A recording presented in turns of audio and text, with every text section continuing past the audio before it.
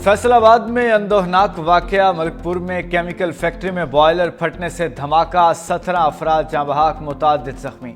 जाँ बहक अफराद में खवातीन और बच्चे भी शामिल। धमाके के नतीजे में फैक्ट्री और मुल्हिका घरों की छतें गिर गईं। मलबे तले दबे मजीद अफराद को निकालने के लिए इमदादी कार्रवाइयाँ जारी। रेस्क्यू की टीमें और पुलिस की भारी नफरी मौके पर मौजूद। लाशों और जख्मियों को अस्पताल मुंतकिल करने का अमल जारी। डिप्टी कमिश्नर फैसलाबाद की अलाइड अस्पताल पहुंचकर जख्मियों की इयादत।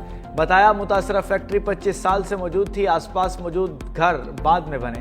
रिहायशी इलाकों में मौजूद फैक्ट्रियों को सनती एरियाज में मुंतकिल किया जाएगा।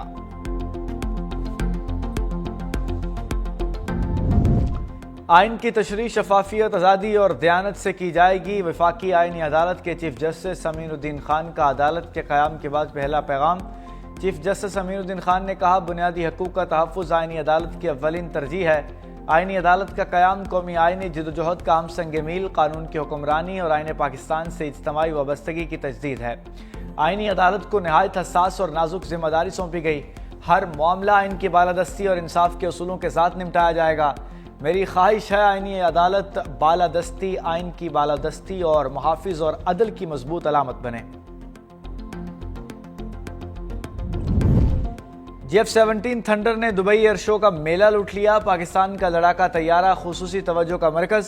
दोस्त मुल्क के साथ F-17 थंडर की खरीदारी के MOUs पर दस्तखत।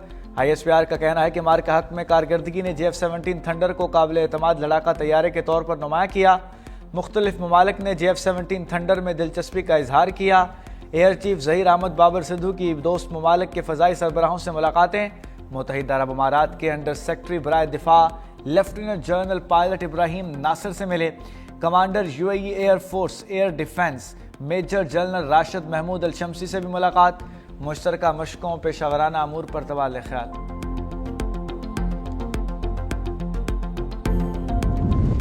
नायब वज़ीर आज़म और वज़ीर ख़ारजा इसाक डार की डेनमार्क के वज़ीर ख़ारजा लॉरेंस लॉके से मुलाकात।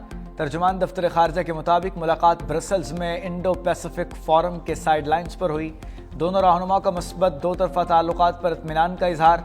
सरमायाकारी, तिजारत, ग्रीन एनर्जी और अवामी रवाबित के फ़रोग़ का इयादा किया।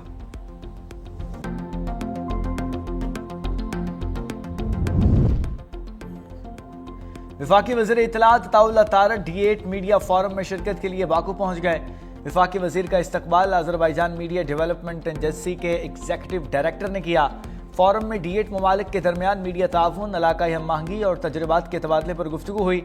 दौरों के दौरान रुकन ममालिक के वज़राए इत्तलात, D8 सेक्रेटरी जनरल और अज़रबैजान के हुकाम से भी मुलाकातें करेंगे।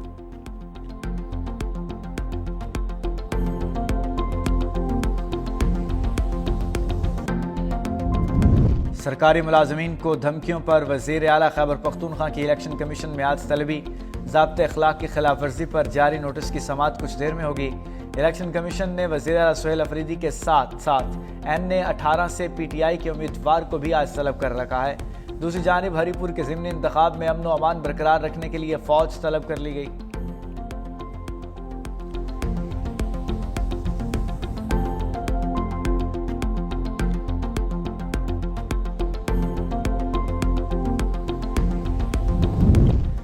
बानी PTI की बहनों के साथ बदसलूकी नाकाबिल कबूल है। वज़ीर आला खैबर पख्तूनख्वा सुहेल अफरीदी ने वज़ीर आला पंजाब मरीम नवाज को बाज़ाब्ता ख़त लिख दिया। अदालती अहकामात के बावजूद बानी PTI से मुलाकातों में हाल रुकावटों पर शदीद तहफ़्फ़ुज़ात का इजहार। वज़ीर आला KP ने ख़त में 4 मुतालबात पेश किए, जिनमें अदालती अहकामात पर फौरी अमल दरामद, बदसलूकी के ज़िम्मेदारों के खिलाफ कार्रवाई, जेल और पुलिस इंतज़ामिया के लिए वाज़ेह हिदायत और मुलाकातों के लिए बावकार और कानूनी निज़ाम की फराहमी शामिल है। सुहेल अफरीदी ने कहा कि पंजाब हुकूमत को इस मामले पर फौरी एक्शन लेना चाहिए।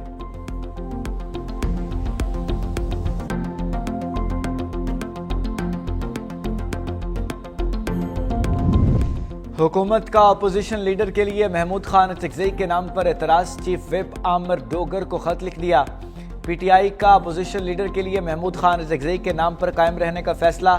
आमिर डोगर ने कहा, अपोजिशन लीडर के लिए महमूद खान अचकज़ई का नाम फाइनल है। इस नाम पर बानी से मुशावरत हो चुकी, दोबारा नहीं होगी। चेयरमैन बैरिस्टर गौहर से मुशावरत के बाद खत का जवाब दिया जाएगा।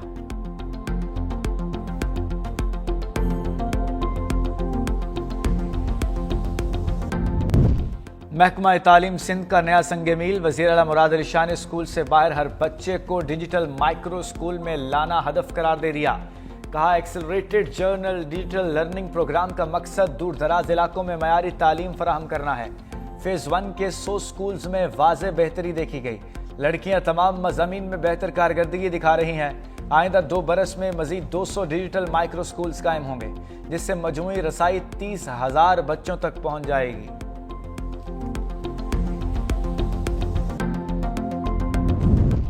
کراچی کے مستقبل پر شب خون مارا جا رہا ہے، چیئرمین MQM خالد مقبول صدیقی کی پریس کانفرنس۔ کہا شہر کے ماسٹر پلان کو اپنی مرضی سے تبدیل کیا جا رہا ہے۔ ہمارے 2 آئینی مطالبات پر چیخو پکار ہو رہی ہے۔ حکمرانوں کو آئین پر عمل درآمد کرنے یا نہ کرنے کی عیاشی ملی ہوئی ہے۔ آئین کہتا ہے کہ بلدیاتی حکومتیں قائم ہونی چاہیے۔ جاگیردار اور جمہوریت کے چیمپئن بلدیاتی حکومتوں کی راہ میں رکاوٹ ہیں۔ ہم کہہ رہے ہیں 18ویں ترمیم پر مکمل عمل کیا جائے۔ گورنر سندھ کامران ٹیسوری بولے، عوام اور کارکنوں کے دل کی آواز خالد مقبول نے پیش کر دی۔ صوبے کا گورنر بعد میں، MQM کا کارکن پہلے ہوں۔ پیپلز پارٹی کا MQM رہنماؤں کے الزامات پر کرارا جواب۔ میئر کراچی مرزا وہاب نے کہا کہ گورنر سندھ کو اختیار نہیں وہ سیاسی باتیں کریں۔ آئینی سربراہ کو ایسی باتیں نہیں کرنی چاہیے۔ MQM والے کراچی، سکھر، اسلام آباد میں الگ الگ باتیں کرتے ہیں۔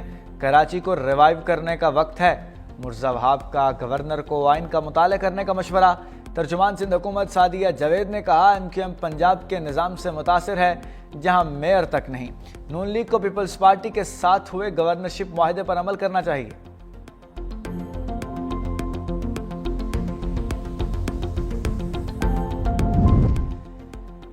11ویں قومی فائنانس کمیشن کا اجلاس 4 دسمبر کو طلب۔ صدارت وزیر خزانہ محمد اورنگزیب کریں گے۔ چاروں صوبوں کے وزرائے خزانہ سندھ اور بلوچستان سے نجی ممبران اجلاس میں شامل ہوں گے۔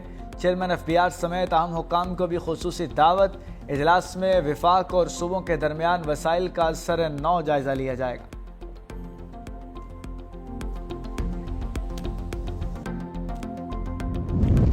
اسلام آباد ہائی کورٹ کے چیف جسٹس سرفراز ڈوگر کی عدالت کی آج کے لیے کاز لسٹ منسوخ کر دی گئی۔ ٹیکس سے متعلق کیسز کی سماعت والے ڈویژن بینچ کی کاز لسٹ بھی منسوخ۔ جسٹس سردار اعجاز اسحاق خان کے رخصت کے باعث ڈویژن بینچ دستیاب نہیں۔ جسٹس بابر ستار اور جسٹس سردار اعجاز اسحاق نے ڈویژن بینچ میں سماعت کرنا تھی۔